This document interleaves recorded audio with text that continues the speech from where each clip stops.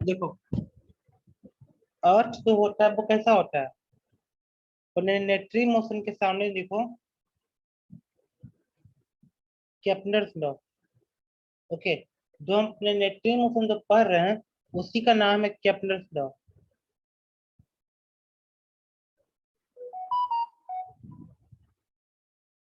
Kepler's law of planetary motion. ठीक है, तो इसका तीन नियम होता है, एक दो तीन करके इसके पास तीन नियम है। ठीक है, तो जो इसका जो फर्स्ट लॉ ऑफ केप्लर्स है उसको बोलते हैं हम लोग लॉ ऑफ ऑर्बिट।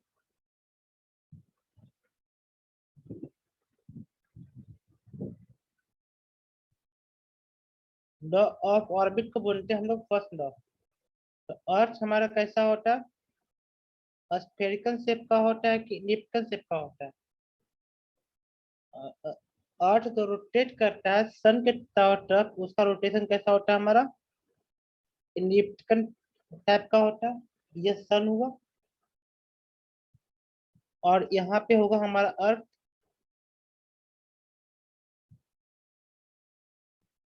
ओके, तो यह दूरी जो है, यह दूरी क्या होगा? सन से ज्यादा होगा कि कम होगा?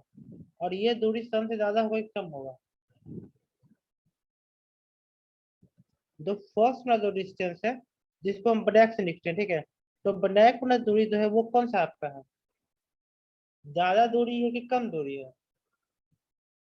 कम दूरी है, तो इसको बोलते हैं हम लोग आर मिनिमम।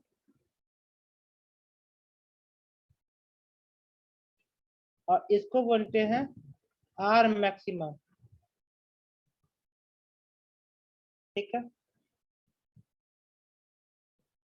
अब इसके पास दो चीजें हैं, एक ए डिस्टेंस है। ओके, और इसके पास एक ए डिस्टेंस है। तो कौन सा एक्सिस बड़ा है? हॉरिजॉन्टल एक्सिस बड़ा है कि वर्टिकल एक्सिस बड़ा है?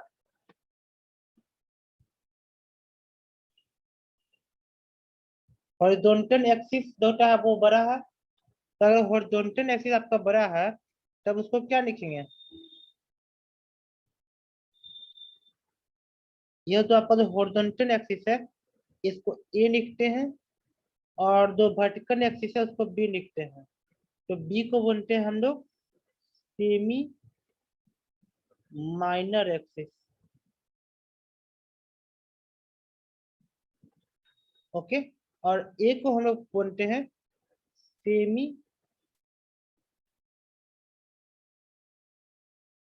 Major axis. ओके, यहाँ तक कोई दिक्कत?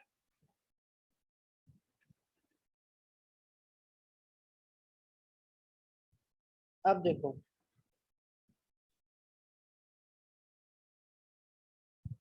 अब देखो, दो दो चीजें नजदीक, दो दो जब अर्थ जो होता है सन के नजदीक में होगा, जब अर्थ जो होता है सन के नजदीक में होगा, तब इसको हम लोग बोलते हैं पेरी हेलियन। ओके, जब जो होता है अर्थ सन के पास में होता है तो उसको बोलते हैं पेरी हेलियन डिस्टेंस। और जब अर्थ जो होता है सन से दूर होता है तो उसको बोलते हैं एप हेलियन डिस्टेंस। ओके, एक होता है पेरी हेलियन, एक होता है एप हेलियन। याद कैसे करना है? अगर पास में रहेगा तो पेरी हेलियन, पास में रहेगा तो पेरी हेलियन, और दूर में रहेगा तो एप हेलियन। पी फोर पास, पी फोर पास, और पी फोर पेरी हेलियन। जो जो जो पास में रहेगा वो पेरी हेलियन, और जो दूर में रहेगा वो एप हेलियन। ओके, ये दो चीजें जानना है। अब देखो, हमारे पास एक आर मिनिमम था, एक आर मैक्सिमम था, तो ये पूरा डिस्टेंस कितना होगा? ये पूरा डिस्टेंस 2a होगा, सेमी मेजर एक्सिस का दुगना। तो हमने नहीं लिख सकते हैं 2 × semi major axis is equal to R minimum plus R maximum. लिख सकते हैं। तो हमारा जो सेमी मेजर एक्सिस आता है वो कितना होता है, R minimum plus R maximum divide by 2। ये पूरे फिजिक्स का सबसे आसान टॉपिक यही है इसका। ओके, सारे फिजिक्स में ग्रेविटेशन में तो काम होगा ही, उतना जो हमने पढ़ा था ग्रेविटेशनल पोटेंशियल और ग्रेविटेशनल इंटेंसिटी, वो थोड़ा समझ में ना भी आ सकता है, लेकिन ये क्वेश्चन समझ में आएगा और इससे क्वेश्चन ऑफकोर्स बनेगा, क्योंकि सबसे इजी पोर्शन है। सिंपल सा बात है, सेमी मेजर एक्सिस कितना हुआ आपका, R maximum plus R minimum divide by 2। इससे ज्यादा जानने की कोई जरूरत ही नहीं। ओके, तो हमको इसके बारे में इतना जाना है। तो first law of Kepler's law का जो फर्स्ट लॉ है वो हमारा खत्म हो गया। अब सेकेंड लॉ पे आते हैं। सेकेंड लॉ पे आते हैं।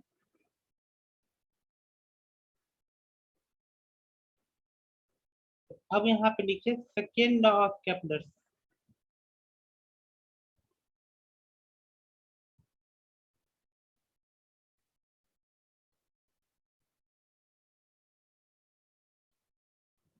तो सेकेंड लॉ ऑफ केप्लर्स क्या कहता है, लॉ ऑफ एरिया, इसको बोलते हैं लॉ ऑफ एरिया।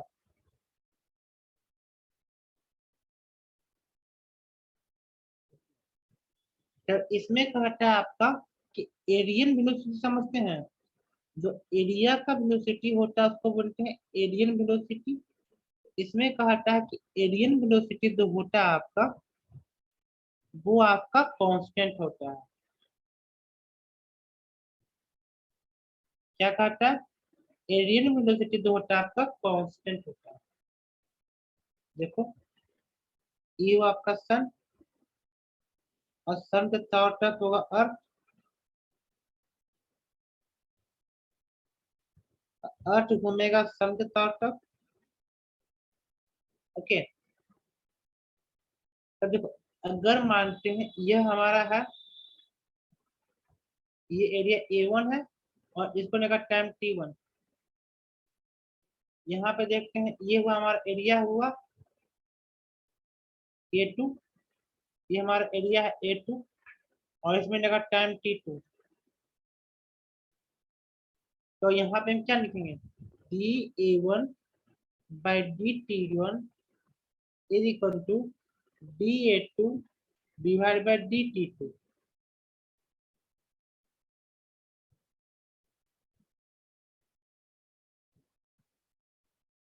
ओके, तो हमने क्या बोल दिया कि सिंपल सा भाषा में कि एरियल वेलोसिटी हमेशा हमारा कांस्टेंट होता है, इसमें कोई दिक्कत। अब इसी चीज को हम दूसरा भाषा में किताब में क्या लिखा होता है कि अर्थ जो होता है इक्वल टाइम इंटरवल में इक्वल एरिया कवर करता है। ओके, इसको हम दूसरी भाषा में कह सकते हैं। पहली भाषा में हमने क्या कहा कि एरियल वेलोसिटी हमारा हमेशा कांस्टेंट होगा, मतलब dA1 by dt2 is equal to dA2 by dt। या फिर इसको कह सकते हैं अर्थ कवर इक्वल एरिया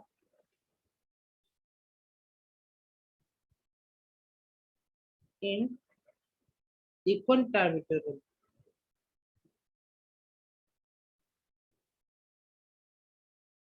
तो इससे क्वेश्चन डायरेक्टली पूछा जाता है। ओके, तो जब आप अपना जो भी आपके पास किताब होगा, एनसीईआरटी फिंगर टिप हो, इनका मॉड्यूल हो, कोई भी किताब हो, सारी किताब में दिया होता है। मैंने सारे किताब बनाया है, मैंने सब में देखा है। और बहुत सारा बुक आते हैं ना चैनल, और बहुत सारा बुक है, ऐसा बात नहीं है। तो सब में मैंने देखा कि ये क्वेश्चन रहता ही रहता है और इससे क्वेश्चन बनेगा ही बनेगा। ओके, अब देखो,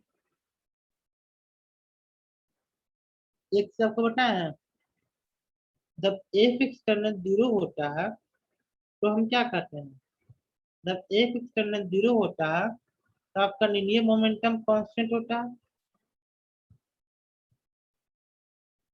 ये बात आपको पता है ना। और जब टॉर्क आपका एक्सटर्नल टॉर्क जीरो होगा तब आपका एंगुलर मोमेंटम कांस्टेंट होगा। मतलब कि मास इंटू वेलोसिटी, और यहाँ पे क्या होगा आपका R into P, R cross P, और सिंपल भाषा में इसको एमवीआर लिखते हैं। ये बात सबको पता है कि नहीं पता है? Everyone no?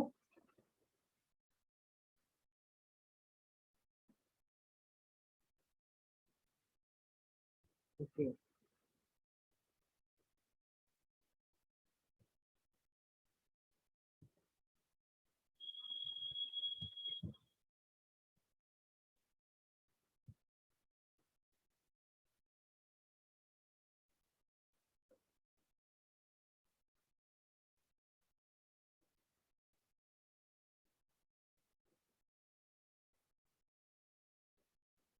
ओके, ये सभी को पता है।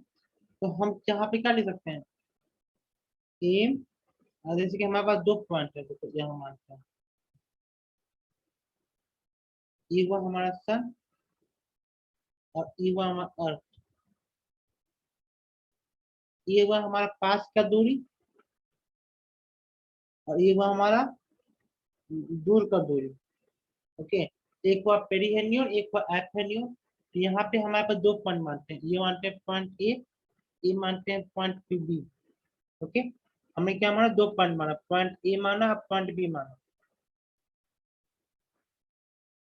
ठीक है, तो हमारा कोई पूछेगा कि यहाँ पे, अगर हम यहाँ पे पूछेगा कि mass into velocity at a point A, और यहाँ पे क्या क्या लिखेंगे? R minimum is equal to M velocity of B R maximum. यहाँ से आपका कितना होगा? B A by B B कितना होगा? R maximum divide by R minimum. मतलब कि जब आपका जो है अर्थ सन के नजदीक में होगा, तब उसकी वेलोसिटी मैक्सिमम होगी। देखो, जब अर्थ जो है सन के नजदीक में है, जब अर्थ सन के नजदीक में है तो उसकी वेलोसिटी मैक्सिमम है, और जब अर्थ जो है सन से दूर में है तो उसकी वेलोसिटी मिनिमम हो जाती है ना? तो V A by V B कितना होता है आपका? R max by R minimum. यहाँ तो कोई दिक्कत,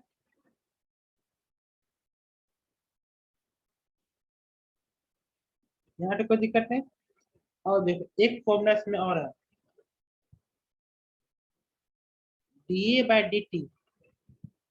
D A by D T का एक फॉर्मूला होता है N by two A. Okay, D A by D T मतलब जिसको एरियल वेलोसिटी, एरियल वेलोसिटी कितना हो गया आपका? एंगुलर मोमेंटम बाय टू है। ये फॉर्मूला आपको याद रखना है, इसे सीधे क्वेश्चन आएगा।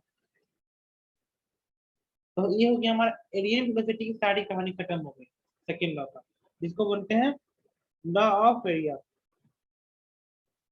तो यहाँ पे कोई दिक्कत?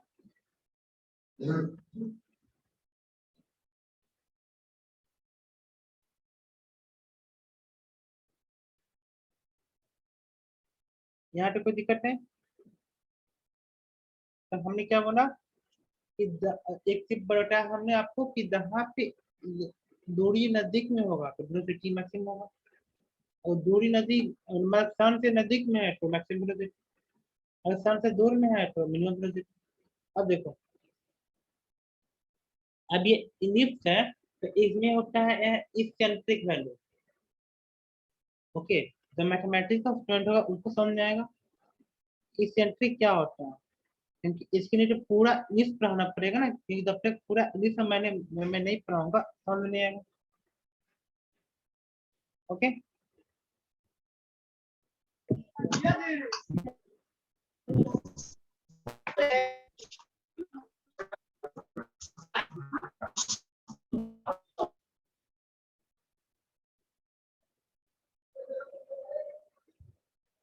ओके,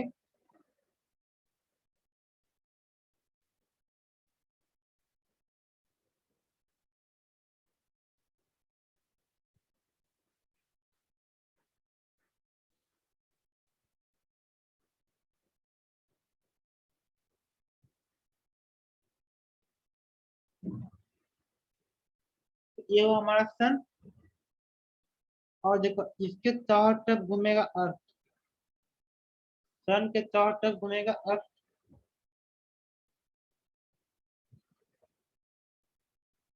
आपके पास दो दूरियों, एक इसमें इसेंट्रिक होता है, तो इनिस का फॉर्मूला क्या होता है,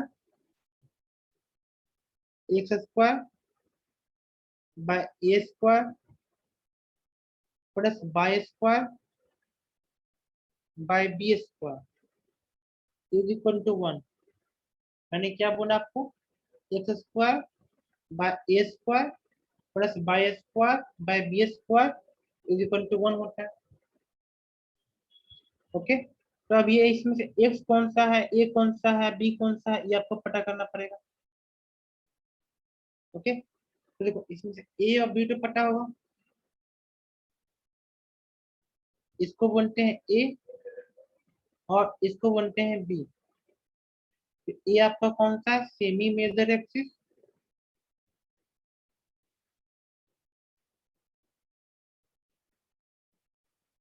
और बी आपका है सेमी माइनर एक्सिस।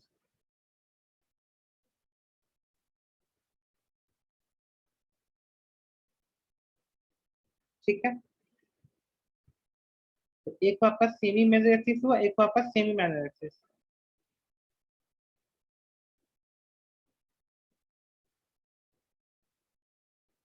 अब देखो ये यहाँ पे कोई दो, यहाँ पे देखो दो फोकस होगा, जैसे कि यहाँ पे सन है, तो यहाँ पे इंग्लिश में आपको पढ़ना पड़ेगा कि यहाँ पे कोई दो फोकस, फोकस को ना फोकस को। ठीक है, तो यहाँ पे कोई भी पॉइंट है, यहाँ पे कोई भी पॉइंट है, एक पॉइंट यहाँ से जाएगा और एक पॉइंट यहाँ से जाएगा, तो यह इंग्लिश में पढ़ना है। जब इंग्लिश पढ़िएगा तो उसमें पढ़ना होगा। तो देखो ये हुआ हमारा F1 और ये हुआ हमारा F2, ये हुआ सेमी मेजर एक्सिस, ये हुआ सेमी माइनर एक्सिस। ओके, तो देखो सेमी मेजर एक्सिस के साथ एक्स जुड़ा हुआ है और सेमी माइनर एक्सिस के साथ क्या दिया जुड़ा, बाय जुड़ा हुआ है। तो यह दूरी को होगा आपका कहीं ना कहीं एक्स एक्सिस में होगा और ये बाय एक्सिस में होगा। ओके, तो उसी के वैल्यू पे जो है आपका X square by A square plus Y square by B square is equal to 1। अगर यही चीज अगर आपका होता सर्किल होता, तो सर्किल में क्या होता है, सेमी मेजर एक्सिस और सेमी माइनर एक्सिस दोनों बराबर होता है। ओके, यहाँ पे जो आप वैल्यू लिखिएगा X square plus Y square is equal to A square. Okay, ये सर्किल का फॉर्मूला आता है। तो जब तक हम ये चीजें सिखाएंगे नहीं, ये उतना क्लियर कट समझ में नहीं आएगा। बस सिंपल समझिए कि X square by A square plus Y square by B square equal to 1। और ये हमको पता है कि ये सिंपल भाषा में को समझ में नहीं आ सकता, सिर्फ फिजिक्स में ये हम आगे बढ़ते हैं। तब तक आप ये कुछ ठीक से नहीं पढ़िएगा, तो उतनी उसकी जरूरत भी नहीं है। बस आप इसमें फॉर्मूला याद रखिए, काम चल जाएगा। अगर फिर भी दिक्कत होगा तो हम आपको इंग्लिश अलग से पढ़ाना पड़ेगा। एक चीज और, सेमी मेजर एक्सिस का जो वैल्यू आता है वो होता है ए स्क्वायर 1 माइनस ए स्क्वायर। ओके, ये आपका सेमी मेजर एक्सिस और सेमी माइनर एक्सिस के बीच का रिलेशन है। कोई दिक्कत, यहाँ से इसेंट्रिक का वैल्यू निकालेंगे तो आपका कितना होगा, 1 minus B B square by A square का रूट। इसको जब हम सॉल्व करेंगे ना तो हमारा वैल्यू कितना आएगा इसमें। ये सब चीज आपके लिए लग रहा होगा कि सब रटाफिकेशन है, क्योंकि समझ में आ नहीं रहा होगा। ये सब चीज आपके लेवल पे सिर्फ आप रट सकते हैं, जब तक आपको मैथमेटिक्स का कंसेप्ट ना होगा ये समझ में नहीं आएगा। ओके, यहाँ पे मैथमेटिक्स है, इसमें हम कुछ नहीं कर सकते हैं, या फिर हम आपको सिखा दें या फिर हम आपको। अब देखो इसमें जो आर मैक्सिमम का है, आर मैक्सिमम का जो वैल्यू होगा वो कितना होगा, 1 प्लस ई इंटू ए, और जो आर मिनिमम होगा वो कितना होगा आपका, 1 माइनस ई इंटू ए। इसको भी अल्टीमेटली याद रखना है। आर मैक्सिमम कितना होगा, 1 प्लस ई इंटू ए, और यहाँ पे 1 माइनस ई इंटू ए। अब इसी को जब जोड़िएगा ना तो आपका मान आ जाएगा। ओके, तो इसी को जोड़िएगा तो आपका आएगा R maximum plus R minimum is equal to 2a, और जो मैंने आपका जो वैल्यू बताया था कि a equal to R maximum plus R minimum divide by 2। इसको इतना लिख के याद कीजिए, सिंपल सा भाषा में समझ लीजिए, तो हमारा थ्योरी में जो फिक्स होगा वो आर मैक्सिमम और आर मिनिमम का मीन वैल्यू होगा। ओके, अब देखो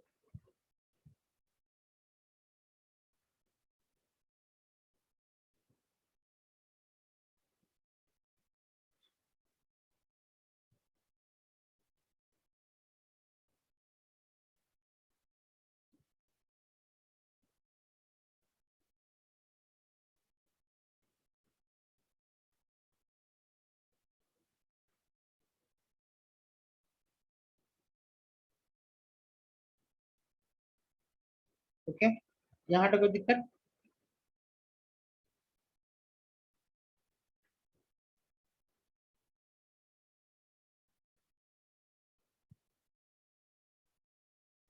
ओके, अब हमसे पूछेगा कि वेलोसिटी एट एफ है न्यू है वेलोसिटी एट। ओके, देखो ये हमारे पास क्या आ गया, आर ए का वैल्यू और आर पी का वैल्यू। ओके, एक एफ इंजन का वैल्यू है, आर आर पी का वैल्यू है। तो आर ए का वैल्यू कितना है हमारे पास, ए 1 + ई, और आर पी का वैल्यू कितना है, ए 1 - सी, दो वैल्यू है। ओके, तो उसी प्रकार से बी ए और बीवी का वैल्यू कितना है हमारा, बी ए और बीवी का वैल्यू कितना है, देखो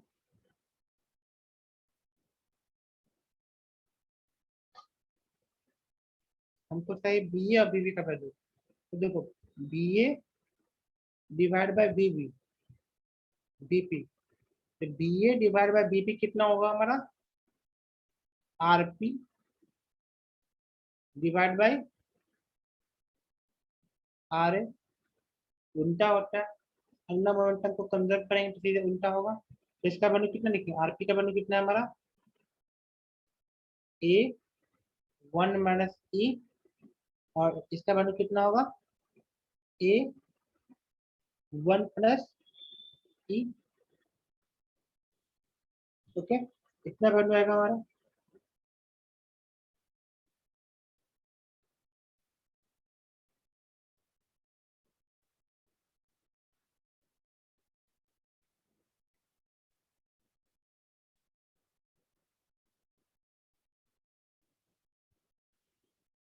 अब देखो दूसरे प्रॉब्लम, अब टोटल मैकेनिकल एनर्जी में आपको एक चीज पता है, टीएमई कितना होता है आपको, टोटल मैकेनिकल एनर्जी जो होगा इसका कितना होता है,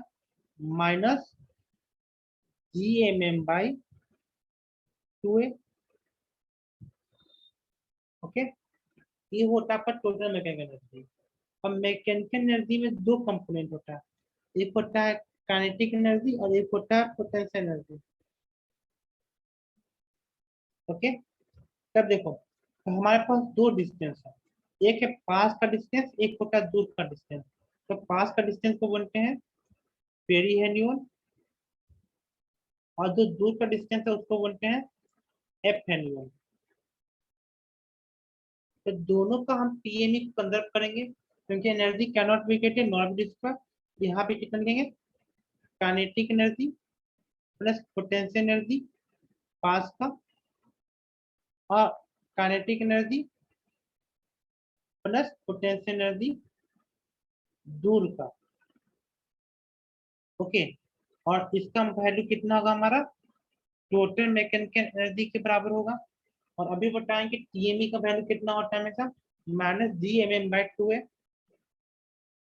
तो यहाँ पे क्या लिखेंगे, half M velocity at perihelion, अब पोटेंशियल एनर्जी कितना होगा हमारे यहाँ पे, -GMM/आरपी, और इसका वैल्यू हम कितना पुट करेंगे, हाफ एम BA² -GMM/आर A is equal to GMM/2A। अब हमको क्या करना है, अब हमको जो है यह जो पोर्शन है इसके साथ कंपेयर करेंगे, और हमारे पास एक जो पोर्शन है ये वाला, इसको इसके साथ कंपेयर करेंगे।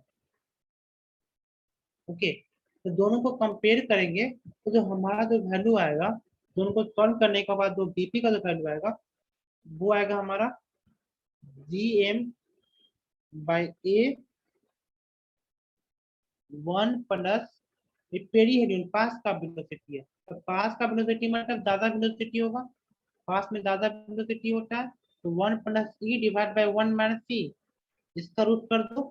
और जो दूर का वेलोसिटी होता है वो कम वेलोसिटी होगा, तो उसका वेलोसिटी कितना होगा, root GM/A 1 minus E divide by 1 plus C, और कुछ नहीं, याद हो गया। तो जो पास का वेलोसिटी ज्यादा होगा, तो ये ज्यादा होगा तो ऊपर में 1 plus C divide by 1 minus C, और ये कम होगा तो 1 minus C divide by 1 plus C, क्योंकि डिनोमिनेटर के बढ़ने से फ्रैक्शन घटता है। ओके, तो सेकेंड ऑफ कैपिटल्स भी खत्म हो गया हमारे पास। अब हमारे पास बचेगा third law of Capitals, Capitals का थर्ड लॉ।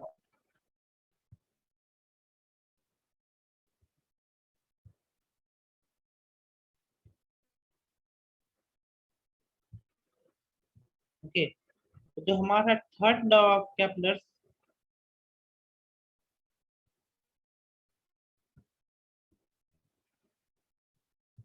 ये क्या कहता है, थर्ड लॉ ऑफ कैपिटल्स का नाम ही है लॉ ऑफ पीरियड।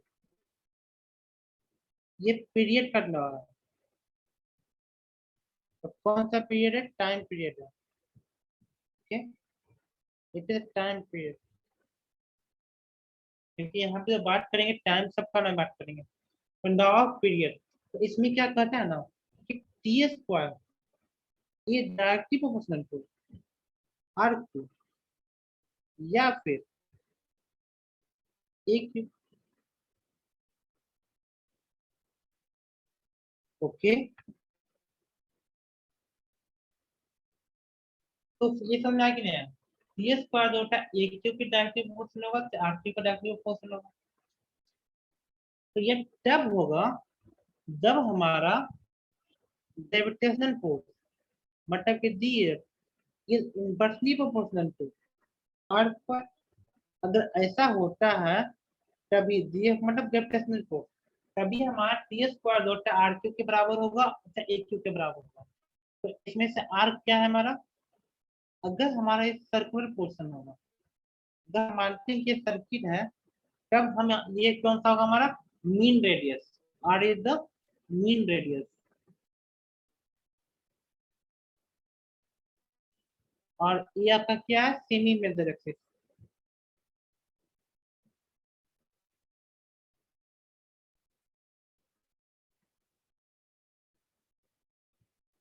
अब ये आया कैसे, तो देखो ग्रेविटेशनल फोर्स होता है वो कितना होता है, जी MM/r पर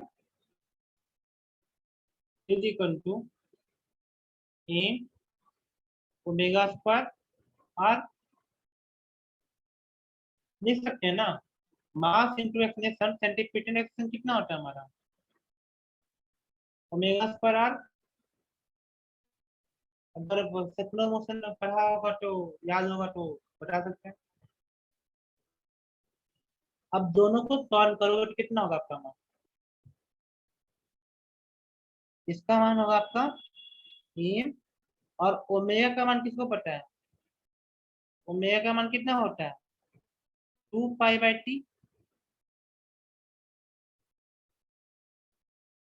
यहाँ आप लिख सकते हैं 4 pi square T square R, यहाँ पे क्या लिखेंगे GMM/r²।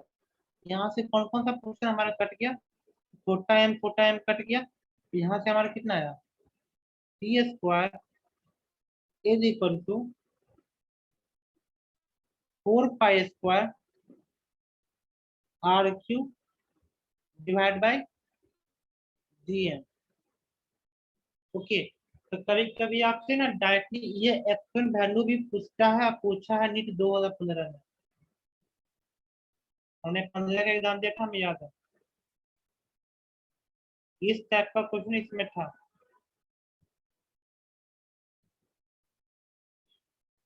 यहाँ तक कोई दिक्कत? अब देखो, अगर ऐसा है तो निकालने की, यहाँ से हमारा क्या आया, सी स्क्वायर जो है आर क्यू का डायरेक्टली प्रोपोर्शन है। ओके, तो इसको समझने में तो कोई दिक्कत नहीं है।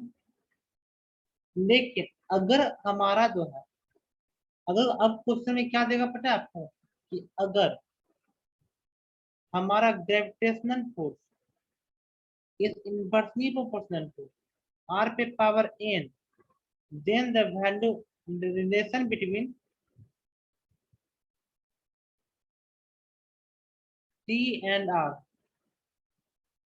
ओके, अगर जो है हमारा जो ग्रेविटेशनल फोर्स है r पे पावर n हो जाएगा, तब हमारा कितना वैल्यू होगा। यहाँ पे सीधे पुट करेंगे कि ग्रेविटेशनल फोर्स जो होता है आपका कितना होता है, G M M divide by R पे power n is equal to M omega square R, और ओमेगा का मान सीधे पुट करना है 2 पाई बाई टी। तो यहाँ से आपका कितना होगा, यहाँ से आपका वैल्यू सीधे आएगा T square is directly proportional to R पे पावर n+1। ओके, तो यहाँ से आपका जो टाइम पीरियड आएगा वो कितना होगा, आर पे पावर n+1 डिवाइड बाई 2। ये आपका रिस्टार्ट टाइम पीरियड और डिस्टेंस के बीच का, अगर जो है हमारा जो है ग्रेविटेशनल फोर्स आर पे पावर n से वैरी करेगा तो। ओके, तो उसका कोई फिक्स वैल्यू नहीं होगा तो। ठीक है, तो आपके लिए एक क्वेश्चन है, अगर gravitational force is inversely proportional to R पे पावर 3, तो आपको बताना है टाइम पीरियड का रिश्ता क्या होगा। अगर ऐसा होता है तो find time period.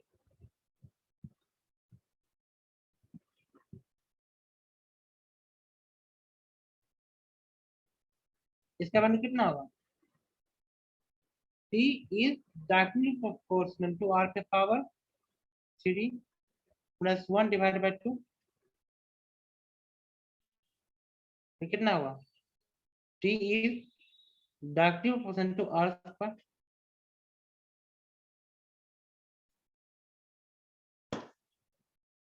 Okay, it is a completion of the Kepler's law।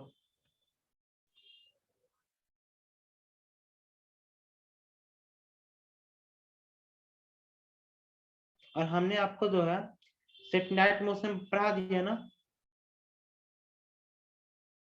Satellite motion में जियो स्टेशनरी सेटेलाइट बता दिया ना, जियो स्टेशनरी सेटेलाइट क्या होता है, और बैटरी वेलोसिटी क्या होता है, एस्केप वेलोसिटी क्या होता है।